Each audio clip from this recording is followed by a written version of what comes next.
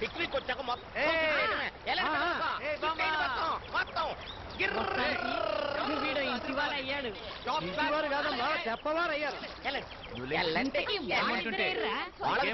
సమస్య కదండి, దూరం వెళ్ళి మాట్లాడుకుంటున్నారు.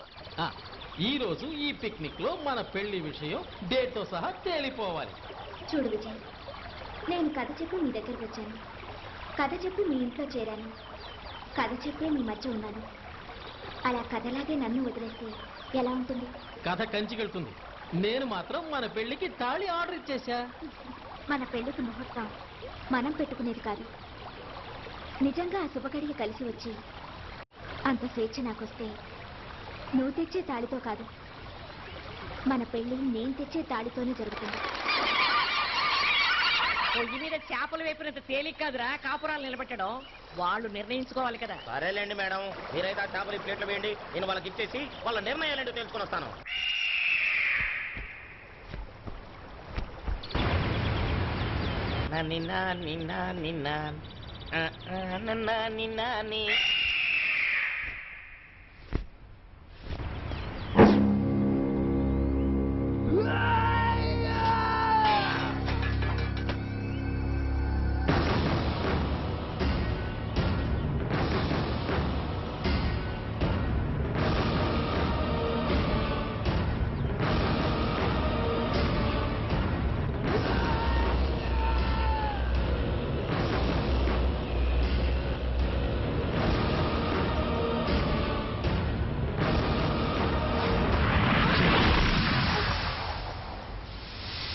ఏం దేవి? ఆహా, ఏం లేదు. కళ్ళు తిరిగి మీ మీద పడబోయాడు. నువ్వు ఎక్కడికి ఎందుకు వచ్చావు? Useless fellow. ఇలాంటి లోతైన చోటుకు వచ్చినప్పుడు వెనకొచ్చే ఆపదను కూడా చూసుకోవాలి. అటెండండి. చూసి పద, అటే చూద్దాం.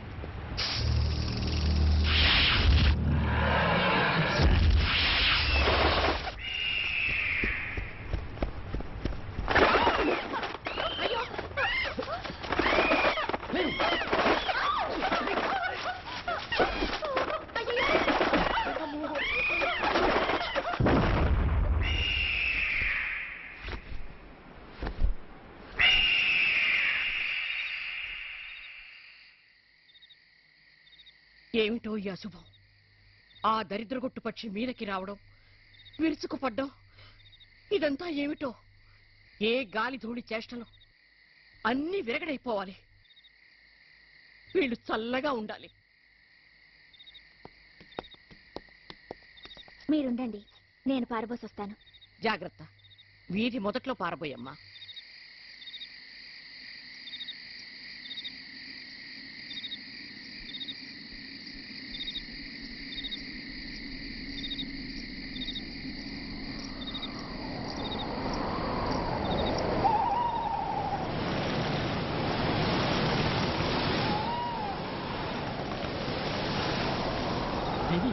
ఇదిగో ఒక గొప్ప యాక్షన్ పిక్చర్కి 2 టికెట్లు ఎమ్మెల్యే కోటాలో తెచ్చాను. వెళ్దాం పదా. వద్దు, నేను ఇక్కడే ఉండాలి. నన్ను బలవంత పెట్టొద్దు. వాతావరణం బాగోలేదు. మరిది సరదాగా అడుగుతుంటే వెళ్ళొచ్చుగా. మీరేంటండి ఉట్టప్పుడు అందరి మీద అరుస్తారు? ఇప్పుడు చెప్పొచ్చుగా. రే ఇదిగో కొత్త కార్ కేసు. ఈ రాత్రికి మీరు సినిమాకి వెళ్ళి తీరాలి. సినిమా చూస్తూ ఊరుకోకుండా మిత్రుల లైఫ్ గురించి మాట్లాడుకోవాలి. మాట్లాడి ఊరుకోకుండా రేపు పొద్దునే వచ్చి నాకు చెప్పాలి. ఓకే? రేపు ఉదయం 9:45కి మిత్రు మ్యారేజ్ గురించి నేను ఒక డెసిషన్ తీసుకోవాలి. కమాన్, బాంబు వెయిట్ చేస్తుంది. Let's go. హిట్లర్ గారు ఆర్డర్ వేసాక ఇంకేం లాభం లేదు. నేను కార్లో ఉంటాను, వచ్చే.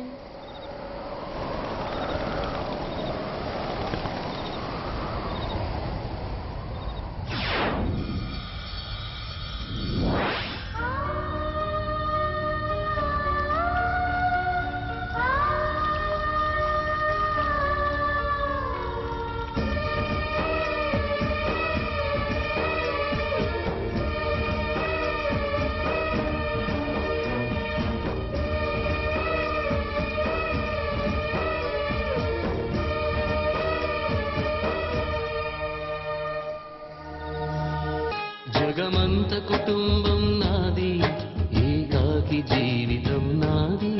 జగమంత కుటుంబం నాది, ఏకాకి జీవితం నాది.